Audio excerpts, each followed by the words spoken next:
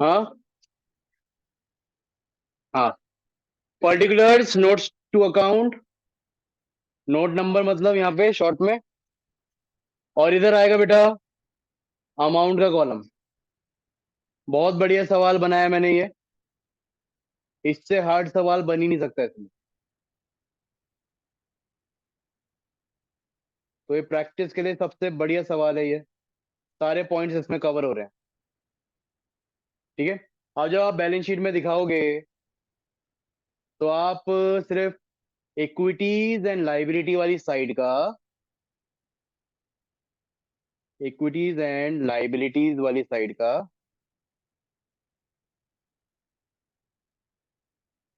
सिर्फ क्या दिखाओगे, शेयर होल्डर फंड।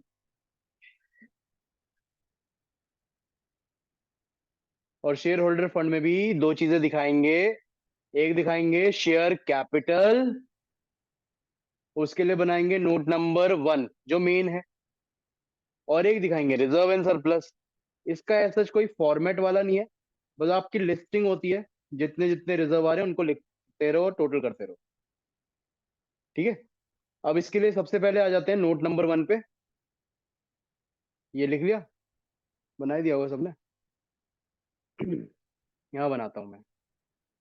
सबसे पहले बनाएंगे नोट्स टू अकाउंट का नोट नंबर 1।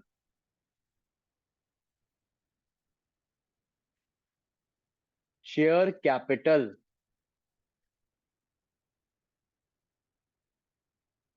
इसका नोट बनता है ऐसा, पर्टिकुलर्स अमाउंट।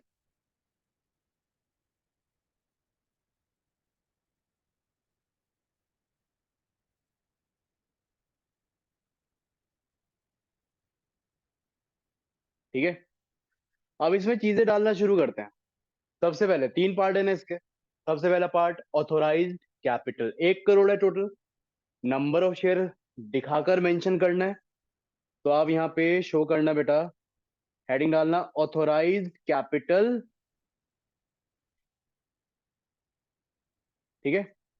ऑथोराइज्ड कैपिटल बताना 1 lakh share at the rate 100 each. और यहाँ वैल्यू लिख देना 1 करोड़।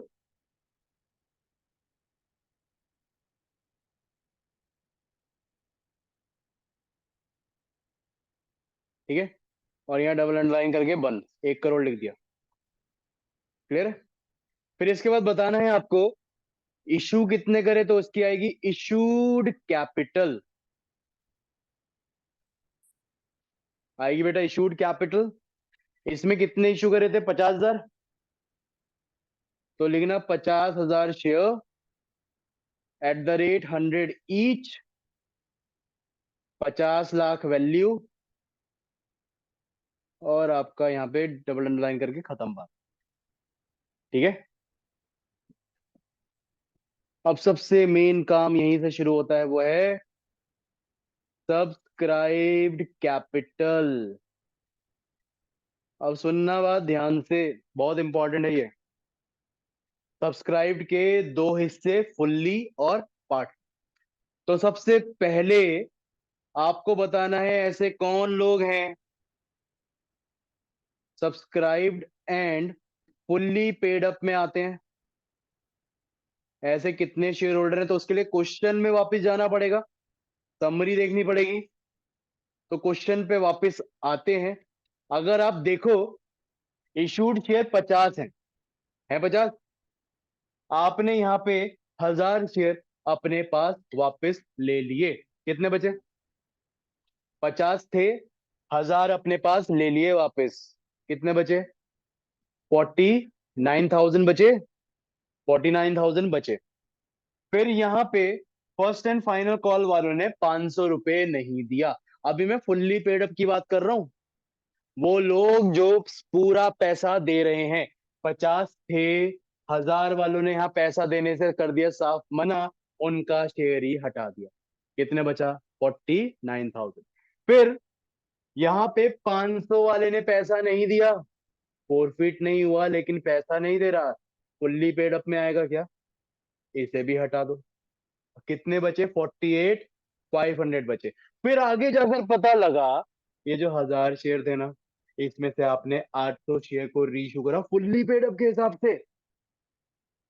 दोबारा से 800 शेयर को 1000 वापस लिए, आगे जाकर फाइनल कॉल के बाद दोबारा से आपने इन्हें रीइश्यू करा। अब जिस बंदे को रीइश्यू करा उसे फुल्ली पेड अप के हिसाब से रीइश्यू करा, यानी कि शेयर कैपिटल में पूरा 100 रुपए गया होगा दोबारा से। तो अब आपके पास फुल्ली पेड अप के शेयर कितने बचे, दोबारा से याद करना।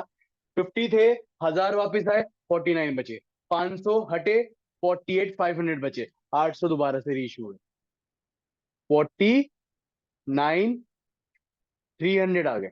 तो फुल्ली पेड अप में कितने शेयर जाएंगे आपके, 49,300। इज दैट क्लियर ना?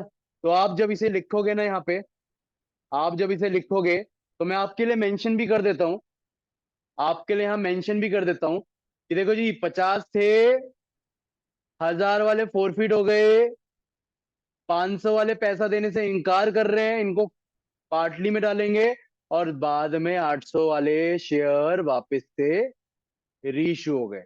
तो आपके पास आएंगे बेटा 49,300 शेयर, और इन्होंने सारा 100 रुपए दे दिया ईच। तो आपके पास आउटर में लिखना इसकी वैल्यू 49,30,000 आ चुका है, इसमें कोई शक नहीं है। Is that clear? ये पॉइंट समझ गए ना सब लोग? अब बात करते हैं किनकी, subscribed, subscribed and not fully paid up वालों की, subscribed and not fully paid up वालों की। उसमें एक ही जना है, वो है 500 वाला। उससे मंगाया तो सब कुछ ही, लेकिन उसने फाइनल कॉल पे पैसा नहीं दिया। मैं इनको नहीं लूंगा, दोबारा से लॉजिक समझना, मैं इन 1000 वालों को नहीं लूंगा, क्योंकि इनका शेयर आप वापस अपने पास मंगा चुके हो, उसमें से 800 रीइश्यू कर चुके हो, 200 ही बचे हैं। इनको नहीं लेंगे, बिकॉज ये इनका वजूद ही नहीं है शेयर होल्डर में, सब्सक्रिप्शन में। वजूद अभी भी किनका बचा हुआ है, इन 500 वालों का। ये वो लोग हैं जिनसे एप्लीकेशन मंगाया, दिया, जिनसे अलॉटमेंट मंगाया, दिया, लेकिन इन्होंने क्या नहीं दिया, फाइनल कॉल। फाइनल कॉल पे क्या बन गई है, calls in arrear. Is that clear? तो जब आप इनका subscribed and not fully paid up लोगे तो बताना पड़ेगा ये हैं 500 वाले शेयर, जिनसे पूरा 100 रुपए तो मंगाया, जिसकी वैल्यू बनी, कितनी बनी, 50,000 बनी। कितनी बनी वैल्यू, 50,000। लेकिन इन्होंने इन्होंने आपको 40 रुपए नहीं दिया। वो कहां जाएगा बेटा, कॉल्स इन एरियर में। 500 शेयर पे 40 रुपए नहीं मिला, तो 20,000 यहां से हटा दो, तो कितनी वैल्यू बची, 30,000 रुपए। तो बेटा सब्सक्राइब एंड नॉट फुल, रुक रुक रुक रुक रुक। अभी यहाँ 30,000 इनर में लिखना, अभी 30,000 आया, तो subscribe and not fully paid up में अभी कितना बना, 30,000। अभी हम उनकी भी तो बात करेंगे, 200 वालों की, क्योंकि हमें हिसाब तो पूरे 50,000 का ही लेना है। 49,300 का हिसाब हो गया क्लियर, 500 वालों का भी हिसाब क्लियर हो गया। व्हाट अबाउट दोज 200 शेयर्स जो अभी रीइश्यू नहीं हुए, अभी उनका पैसा आपके पास पड़ा है। तो मेरा बात बस इतनी सी है, आगे रीइश्यू होगा ना, आगे शेयर कैपिटल में दोबारा से क्रेडिट करोगे ना, कुछ तो पैसा दिया है इन्होंने। जितना पैसा दिया है वो पैसा किस अकाउंट में पड़ा है, शेयर फोरफीचर में। तो आप शेयर फोरफीचर की वैल्यू क्या करके चलोगे, यहाँ पे जितना पैसा मिल चुका है शेयर का, उसे क्या करके चलोगे, प्लस शेयर फोरफीचर अकाउंट को करके चलेंगे बेटा, प्लस। Is that clear? अब मेरे को बताना है बस इतना, कितना है वो, इन्होंने इन्होंने अलॉटमेंट ही तो नहीं दिया, एप्लीकेशन का पूरा 40 तो दिया है ना, आया ना? तो ये 40 रुपए जो मिला शेयर कैपिटल का ही तो मिला है। तो बेटा शेयर फोर फीचर में उन 200 शेयर का 40 रुपए इंक्लूड करोगे नहीं करोगे, बताओ आया ना? ये पॉइंट समझ में है? बहुत भारी बात कर दी अभी मैंने यहाँ। मैं सारे 50,000 वालों का हिसाब ले रहा हूँ। 50,000 में से 49,300 वाले वो हैं जिन्होंने सारा पैसा दिया, 500 वाले वो हैं जिन्होंने सारा नहीं, 40 रुपए नहीं दिया, 60 रुपए तो दिया। उनका 60 रुपए के हिसाब से वैल्यू आई। और 200 वाले वो जने हैं जिनका शेयर आपके पास पड़ा है, लेकिन इन्होंने भी 40 रुपए दिया था। तो बेटा 40 रुपए जो दिया, शेयर फोर फ्यूचर में पड़ा है, उसकी वैल्यू भी तो कैपिटल में कंसिडर करोगे नहीं करोगे? तो उसकी वैल्यू हमने यहाँ क्या कर दी, ऐड कर दी। कितना, 40 रुपए के हिसाब से कितना आएगा, 8,000 रुपए। बेटा यहां तक बात समझ में आई? अब इसकी टोटल करके आउटर में वैल्यू लिखो, कितना आ रहा है, 38,000। समझे ना, एक एक चीज क्रिस्टल क्लियर हो रही है, लॉजिक है हर किसी के पीछे, कैसे कैसे चीजें आ रही हैं। ठीक है, अब इनका ना टोटल कर दो। जब ये टोटल करोगे, यही वो वैल्यू है जो शेयर कैपिटल के आगे जाएगी। अब इसको मैं प्रूव भी कराऊंगा, क्योंकि चिल्लाट तो है तो है। कितना आ रहे, 49,68,000। हमारे को शेयर कैपिटल के थ्रू जो पैसा आया है ना, वो आया है 49,68,000 रुपीज। बेटा क्लियर है ना सबको? अब बात करते हैं रिजर्व एंड सरप्लस की, वो तो छोटी सी बात है, उसकी बात कर लेते हैं, कोई दिक्कत नहीं है। रिजर्व एंड सरप्लस का कोई ऐसा फॉर्मेट नहीं है, उसके बाद लिस्टिंग है कि आपको रिजर्व एंड सरप्लस में आया होगा तो किस किस का पैसा आया होगा। एक सिक्योरिटी प्रीमियम का, एक शेयर रीइशू भी करे, रीइशू में कैपिटल रिजर्व में जाता है, एक उसका आया होगा। तो आपको इन दो चीजों की वैल्यू को दिखाना है। ठीक है, अभी देखते हैं, यहाँ छोटा सा ही बनाएंगे, इसे ज्यादा बड़ा नहीं बनेगा। Note number 2, reserve and surplus, reserve and surplus, ठीक है, पर्टिकुलर, और यहां पे आएगा बेटा अमाउंट।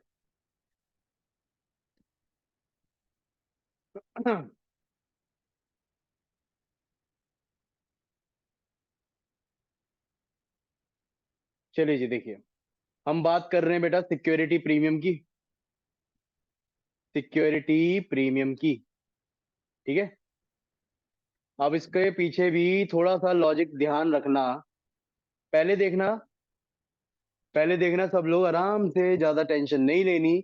पहले मेरे को क्वेश्चन में देखकर बताओ, जब आपने बेटा प्रीमियम मंगाया होगा, अलॉटमेंट की एंट्री में प्रीमियम मंगाया होगा, सबसे मंगाया होगा, 50,000 के 50,000 से मंगाया होगा, पूरा का पूरा 40 रुपए मंगाया होगा, 40 रुपए है ना? तो आपने जब प्रीमियम मंगाया, 40 रुपए मंगाया, 50,000 शेयर पे, लेकिन यहाँ पे 1,000 शेयर पे मिला क्या प्रीमियम? इन्होंने तो दिया ही नहीं। जब इन्होंने नहीं दिया 1,000 शेयर पे 40 रुपए, तो जब फोरफिट करा होगा, प्रीमियम को कैंसिल करा होगा, तो टेक्निकली आपके पास कितने शेयर का प्रीमियम आ रहा है, 49,000 का आ रहा है। तो आप कितने का प्रीमियम कंसिडर करके चलोगे, सिर्फ 49,000। सिंपल है ना, ज्यादा इतना सोचने वाली बात तो नहीं पड़ी ना। कि जब आपने प्रीमियम मंगाया, हमें तो देखो अल्टीमेटली क्या लेना है, वो पैसा जो हमारे को आ रहा है कैश में, तभी वो प्रूफ होगा नहीं बात। तो जब आप ड्यू करते हो, आपने एंट्री तो करी, share allotment debit to share capital to security premium, लेकिन जब रिसीव करने गए, bank debit, call senior debit to share allotment हुई, जो कॉल सीनियर है उसमें वो वाला प्रीमियम भी नहीं मिला। तो हमें तो देखना है प्रीमियम कितना मिला है। ठीक है ना? तो बेटा प्रीमियम हमारे को 1,000 शेयर पे नहीं मिला, बाकी सब पे मिला। इवन इन 500 वालों ने भी दिया, इन्होंने अलॉटमेंट फाइनल कॉल में ही तो डिफॉल्ट करा है ना। यहाँ पे तो दे रहे हैं ना पैसा, सिर्फ कितने शेयर होल्डर दे रहे हैं आपको प्रीमियम का पैसा, 49,000। तो आपको यहाँ प्रीमियम याद रखना, रिजर्व एंड सरप्लस में सिर्फ कौन सा लेकर चलते हैं, जो प्रीमियम आपको मिल गया। क्योंकि याद करो, जब फोरफिट करोगे, जो प्रीमियम नहीं मिला उसे तो कैंसिल करते हो, इसलिए यहाँ पे प्रीमियम लेना है जो प्रीमियम आपको मिला है। और कितना मिला है, रिसीव्ड वाला कितना है बेटा, वो है 49,000 शेयर पे 40 रुपए। यार है 19,60,000, ठीक है, 19,60,000। क्लियर है बात ये? ठीक है, इसके बाद हम बात कर लेते हैं बेटा किसकी, कैपिटल रिजर्व की।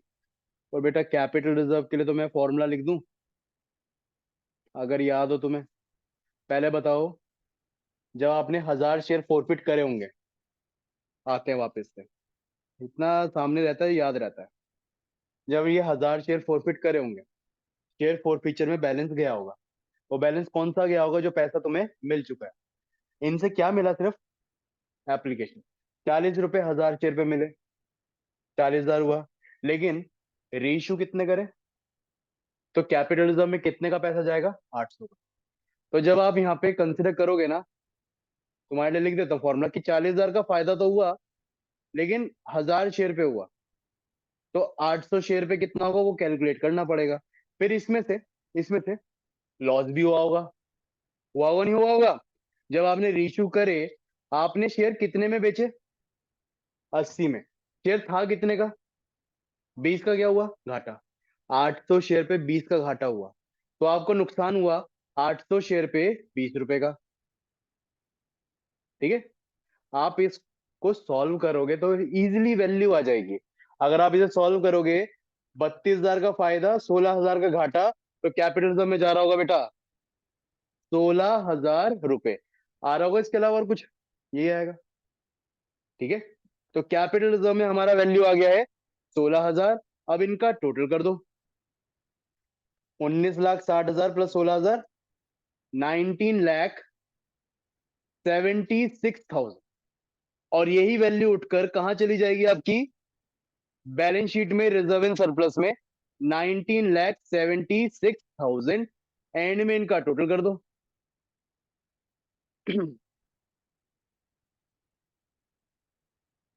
क्या रहा था? 69,44,000। ये आ रहा है? क्लियर है बच्चों बात? ये अब हमारे अंदर है चुल्लाट।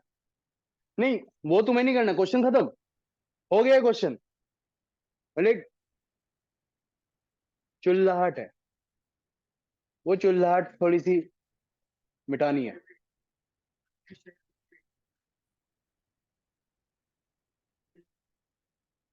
फॉरफिट नहीं होते तब तक वो प्रीमियम में वहीं दिखाते हम, क्योंकि प्रीमियम तो कैंसिल ही नहीं हुआ।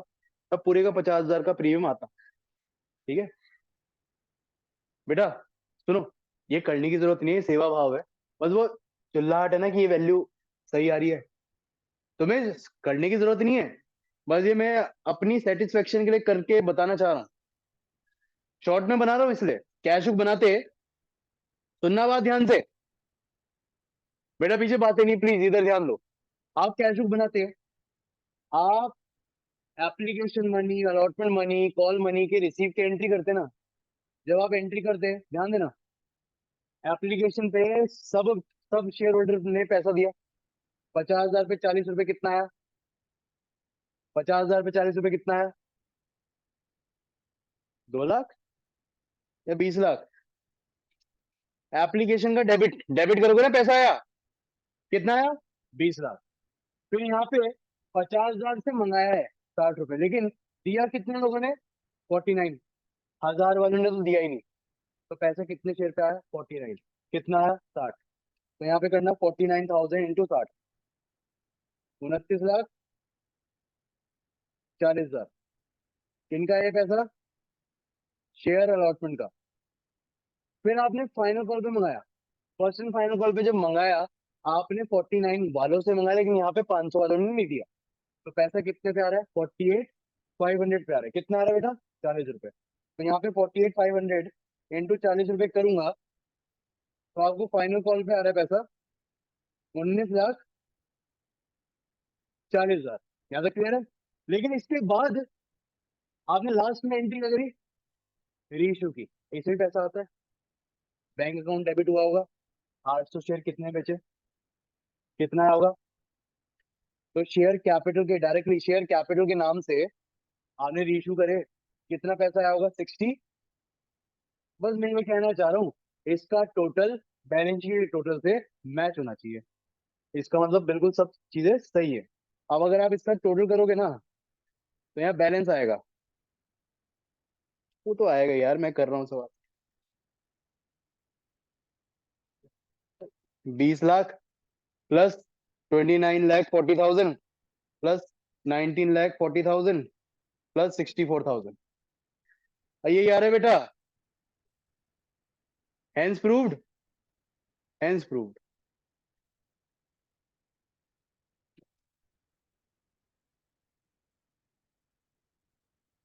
बस इसमें बच जाएगा वो वाला गाना अपना जो मैंने बताया था। जमीलो जमीलो। ठीक है। तो ये कॉन्सेप्ट क्रिस्टल क्लियर हुआ ना, कैसे कैसे वैल्यू लिखनी है। हमें ऐसा बड़ा क्वेश्चन जो भी आएगा, इससे बड़ा तो भाई नहीं आने वाला। इतनी तामझाम वाली चीजें नहीं आएंगी। ये जो टॉपिक है ना आपका, ये 4 नंबर से ज्यादा का नहीं है। इसमें ज्यादा से ज्यादा अगर आया तो फोर फीचर है, वो भी मैक्सिमम। लेकिन ये कॉल सी एरियर तक रहने देते हैं सवाल को। तो आपको जब भी करना है ना, ये क्वेश्चन की क्रिस्टल क्लैरिटी चाहिए, तो ऑल आई से मेक दिस समरी। इस समरी से क्या हमें ना क्लैरिटी रहती है, किस पे कितना पैसा आया, कितने सब्सक्राइब्ड शेयर हैं, कितने फुल्ली पेड अप हैं, कितने नॉट फुल्ली पेड अप हैं। क्लैरिटी रहेगी आपको, कर लोगे ना भैया। क्लियर है। अब थोड़े से वो सीबीएसई के सैंपल पेपर देख रहे हैं। This topic is finally over. आपका ये चैप्टर भी खत्म हो गया। मंडे से डिबेंचर चालू करेंगे, एक हफ्ते से ज्यादा नहीं चलेगा, वो छोटा सा चैप्टर है वो। रिकॉर्डिंग कर लेंगे।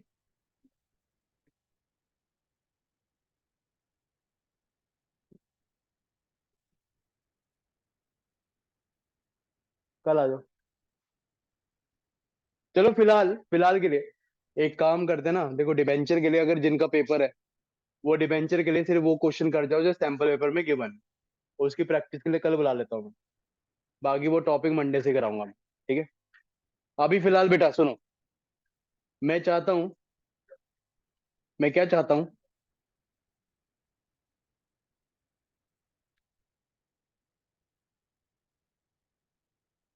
कुछ शेयर के क्वेश्चन सीबीएसई के सैंपल पेपर के देख लें हम।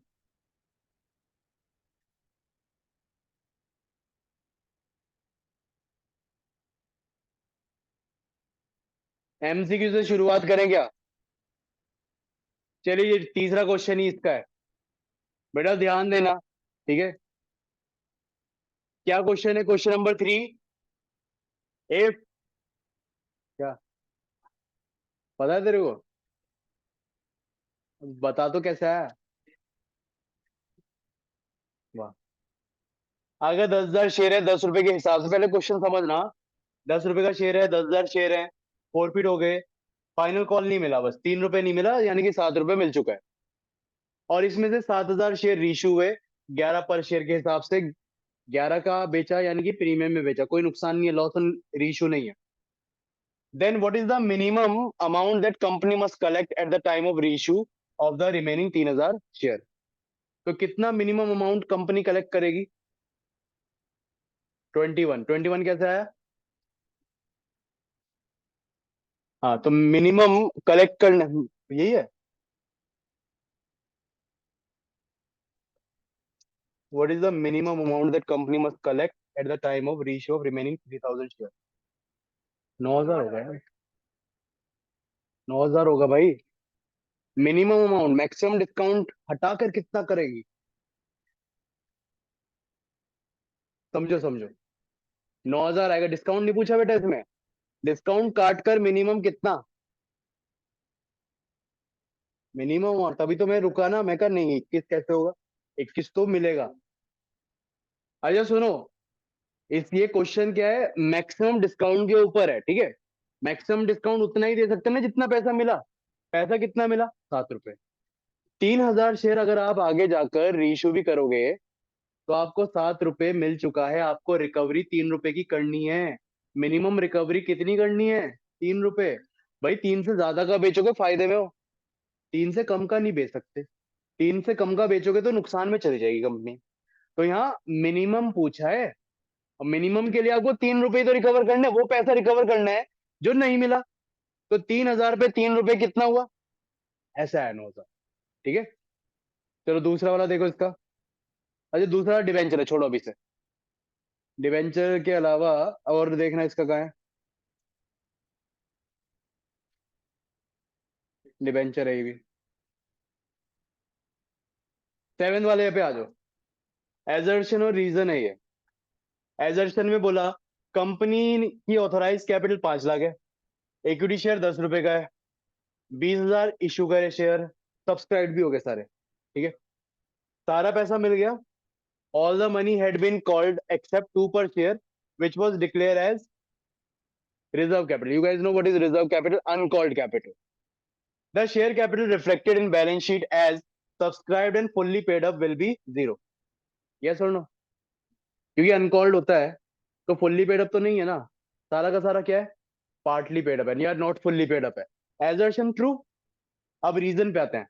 Reserve capital can be called up only eight the time of winding of the company. ये भी ट्रू है, ठीक है, लेकिन ये इसका करेक्ट एक्सप्लेनेशन है क्या? कैसे? इन्होंने एक बात बोली है एंड में, ये फुल्ली पेड अप है, फुल्ली पेड अप जो होगा वो जीरो होगा। क्यों होगा जीरो? अरे भाई देख, दोनों चीजें सही है भाई, ये इसका करेक्ट एक्सप्लेनेशन कैसे बन गया?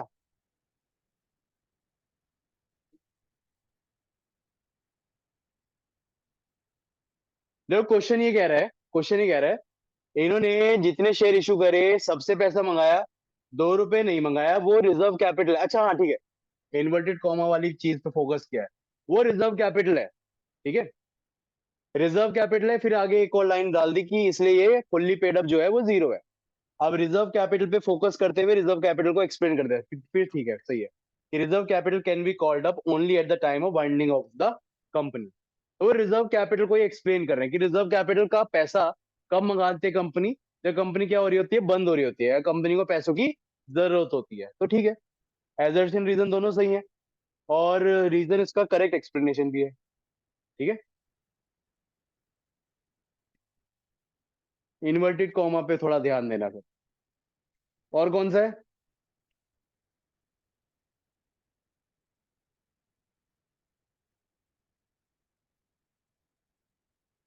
Question number 13। 13 वाला देखो जल्दी से। कंपनी ने अभी 3 नंबर का सवाल है, तीसरा सवाल है ये। कंपनी ने 3,000 शेयर फोरफिट करे 10 रुपए के, जिसमें से 5 पर शेयर प्रीमियम के साथ मिल चुका है, ठीक है, फोरफिट में 5 रुपए मिल चुका है। तो शेयर फोरफीचर में 5 रुपए गया होगा या 4 रुपए? क्योंकि 1 रुपए जो मिल चुका है वो तो सेक्शन 52 ले गया ना, फोरफीचर में सिर्फ 4 रुपए गया होगा, ये लॉजिक याद रखना भाई, ठीक है। Out of these few share were reissued at discount of 1 per share, 1 per share were and 6,000 were transfer to capital reserve. ये वाला सवाल है जहां कैपिटल रिजर्व दे रखा है, कितना पे डिस्काउंट पे रीइश्यू हुआ वो दे रखा है, कितने शेयर रीइश्यू है वो नहीं बता रखा। वो निकाल लेंगे, कैसे निकालोगे?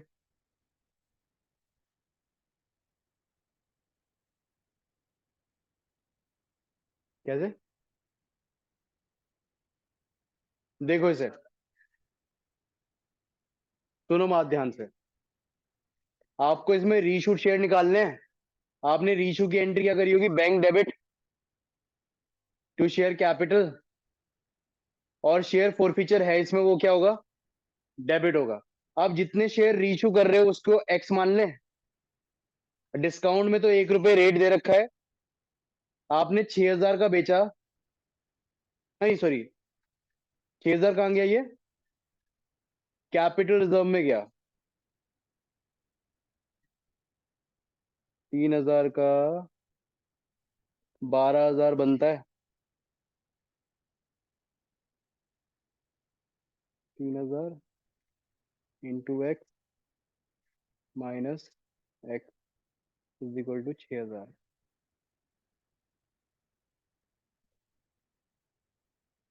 4x माइनस एक्स,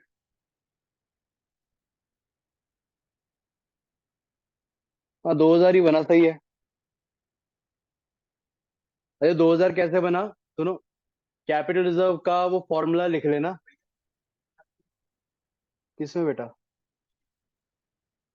18 क्यों आएगा? कितना मिला पैसा?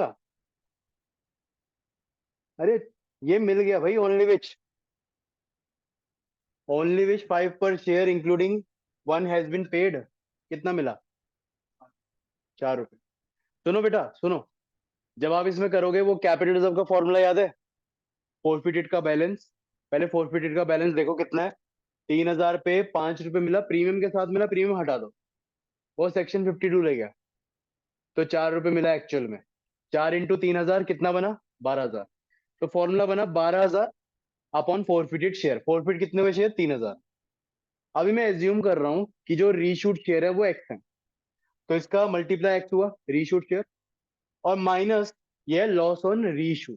लॉस की वैल्यू यहां बता दी कि वो रीशू है 1 रुपए के डिस्काउंट, तो 1 × एक्स करोगे, 1 × रीशूट शेयर, वो एक्स की आएगी वैल्यू, आएगी नहीं आएगी? ये तो आएगी यार, सिंपल मैथ है।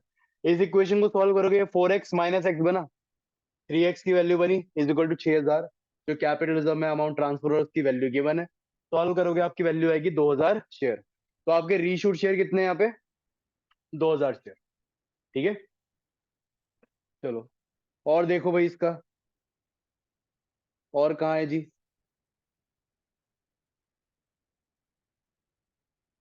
ये भी है क्या? नहीं ये नहीं है,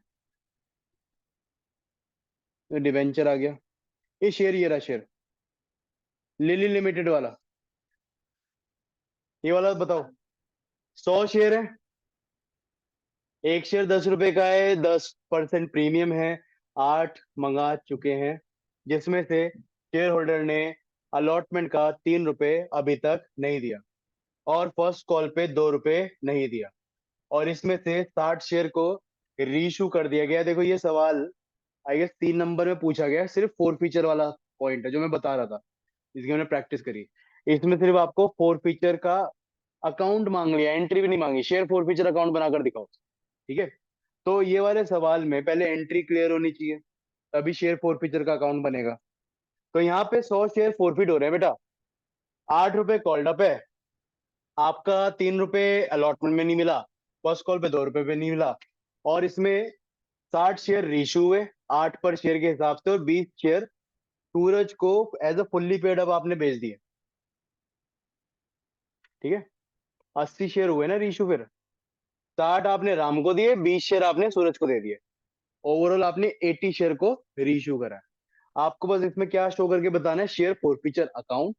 शेयर फोरफीचर अकाउंट में एक तो वो जाना, वो जाएगा क्या कहते हैं, जो आपको पैसा मिल चुका है, और कुछ पैसा कैपिटलिज्म में ट्रांसफर होगा, आपको वो सब चीजें शो करके दिखानी है। देखो जब आप इसे बनाओगे, आपके लिए मैं इसको बताकर दिखाता हूँ, सुनना इसे। कौन सा नंबर का क्वेश्चन था ये? 19 है। पहले ऐसे क्वेश्चन की थोड़ी सी समरी बना लेना। 100 शेयर है, 10 रुपए का है, 10 रुपए का है, लेकिन अभी तक मंगा कितना चुके हैं? 8 रुपए कॉल्ड अप, यानी फाइनल कॉल पे अभी 2 रुपए नहीं मंगा। एप्लीकेशन का रेट हमें नहीं पता, अलॉटमेंट का पता है। अलॉटमेंट का रेट कितना है बेटा? 3 रुपए इंक्लूडिंग प्रीमियम। फर्स्ट कॉल का रेट कितना है? 2 रुपए है फर्स्ट कॉल का, फर्स्ट कॉल का रेट है 2 रुपए, और कॉल्ड अप कितना है आपका? 8। फाइनल कॉल के बारे में जानकारी नहीं है, यानी कि वो नहीं मंगाया। अच्छा प्रीमियम के बारे में जानकारी है? यहाँ 10% है, 10 रुपए का 10% कितना हुआ? तो आपका एक तरीके से 8 रुपए तो शेयर का पैसा मंगा चुके हैं, 1 रुपए किसका मंगा चुके हैं? सिक्योरिटी प्रीमियम का। तो एप्लीकेशन का रेट कितना आएगा? 4 रुपए। इसने ये नहीं दिया, ये नहीं दिया, ये दे दिया। इसके बाद इसका शेयर करना है फोरफीट। फोरफीट के बाद 80 शेयर में से 60 शेयर आपने रीइशू करे। एक शेयर बेचा कितने का? 8 रुपए पर शेयर, 8 रुपीज पर शेयर के हिसाब से, और इसमें से 20 शेयर आपने बेचे 12 रुपए पर शेयर के हिसाब से। ये सब जानकारी का इस्तेमाल करते हुए आपको क्या बनाकर दिखाना है? Share four feature account.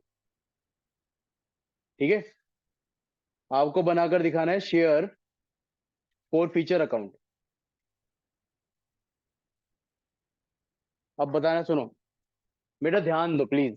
ये थोड़ा यूनिक क्वेश्चन है, इसकी प्रैक्टिस भी नहीं करी हमने, इसलिए इसको देखो ध्यान से। शेयर फोर फीचर अकाउंट जब आप बनाओगे तो आपके दिमाग में चलनी चाहिए पहले तो फोर फीचर की एंट्री। उस एंट्री में जब हम करते थे, एंट्री बनती थी share capital debit, security premium debit, to आपका एक तो था कॉल सीनियर, बाकी का शेयर फोर फीचर। हमारा फोकस किस पे है? शेयर फोर फीचर पे है। शेयर फोर फीचर पहली एंट्री में क्या हो रहा है? क्रेडिट हो रहा है। और बेटा कितनी अमाउंट से क्रेडिट होता है? जितना पैसा मिल चुका है। हमें सिर्फ उस पे फोकस रखना है, पूरी एंट्री पे फोकस रखने की जरूरत ही नहीं है। आप देखो, आपने 100 शेयर फॉरफिट करे, जिसमें जो पैसा मिला वही तो जाएगा ना। 100 पे 4 रुपए मिला, तो 4 रुपए शेयर फॉरफीचर में क्रेडिट साइड पोस्ट करोगे। किसकी वजह से होगा वो? शेयर कैपिटल की वजह से होगा। ये एप्लीकेशन का सारा पैसा कैपिटल की वजह से तो आया था ना। तो जब आप यहाँ पे पोस्ट करोगे तो लिखना बाय शेयर कैपिटल के नाम से। कितना आएगा बेटा? 100 शेयर पे 4 रुपए मिला, 400 रुपए। अच्छा, मेरे एक सवाल है, अगर प्रीमियम अलॉटमेंट में देने की बजाय एप्लीकेशन में होता, कोई फर्क पड़ता क्या? अगर यहाँ पे 1 रुपए होता, यहाँ पे देने की बजाय, तो यहाँ पे कितना ट्रांसफर करते? 3 रुपए या पूरा 4 रुपए? क्योंकि याद करो ना, जो प्रीमियम मिल गया वो तो फोरफिट नहीं होगा। वो कौन उठाकर लेकर गया? सेक्शन 52। अभी करा था बैलेंस शीट में भी। कौन उठाकर लेकर गया? सेक्शन 52 लेकर गया ना। तो यहाँ कितना ट्रांसफर होता? 3 रुपए। ये बात याद रखना। इज दैट क्लियर ना? तो यहाँ पे शेयर कैपिटल का अमाउंट कितना ट्रांसफर हुआ फोर फीचर में? 400 रुपए। अब देखो आगे जाकर, जब आप रीइशू करते हो रीइशू, वहां पे अगर नुकसान में रीइशू करा तो शेयर फोर फीचर क्या होता है?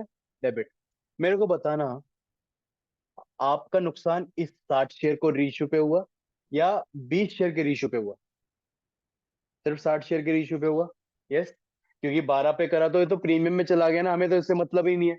हमें नुकसान पे मतलब है। नुकसान इस पे कितना हुआ बेटा? 10 रुपए का शेयर है, 8 में बेचा, कितने का नुकसान? और कितने शेयर पे?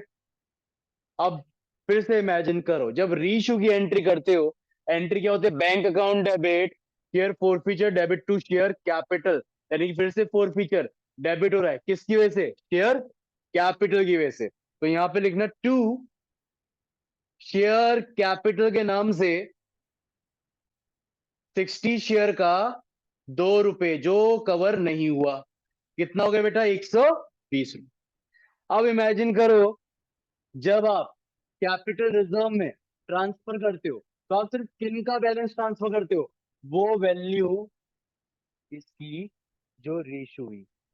100 शेयर करे फॉरफिट, रेशो कितने करे? 60 और 20, तो 80 रुपए का कैपिटलिज्म में जाना चाहिए। और बताओ, जब 80 रुपए का कैपिटलिज्म में जाता है, एंट्री फिर से क्या होती है? Share forfeiture account debit to capital reserve. यानी शेयर फॉरफीचर फिर से डेबिट हो रहा है ना। किसकी वजह से डेबिट हो रहा है? कैपिटल रिजर्व की वजह से डेबिट हो रहा है। अब यहाँ ना, पूरा फॉर्मूले की बजाय अगर मैं सिंपल एक छोटा सा एंट्री से या छोटी सी एक स्टेटमेंट लिखकर सॉल्व कर दो तो इजी हो जाएगा, टाइम बचेगा एग्जाम में। क्या एग्जाम में नॉर्मल बच्चे क्या करेंगे? कैपिटल रिजर्व का फॉर्मूला लगाएंगे, फिर इसकी वैल्यू निकालेंगे। मैं कह रहा हूं वो मत करो। आपको पता है ना, क्वेश्चन पढ़ के समरी पढ़कर एंड में बैलेंस बचेगा। बचेगा 20 शेयर का बचेगा। और 20 शेयर का कौन सा बैलेंस बचेगा? जो पैसा आपको मिल चुका है। कितना मिल चुका है? कितना मिल चुका है?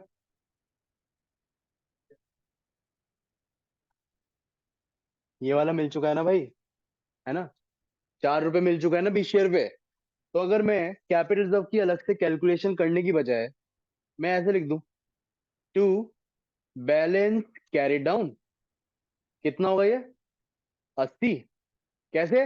20 शेयर का 4 रुपए बचा होगा, ये उनका पैसा बचा जो शेयर आपके अभी रीइश्यू नहीं हुए।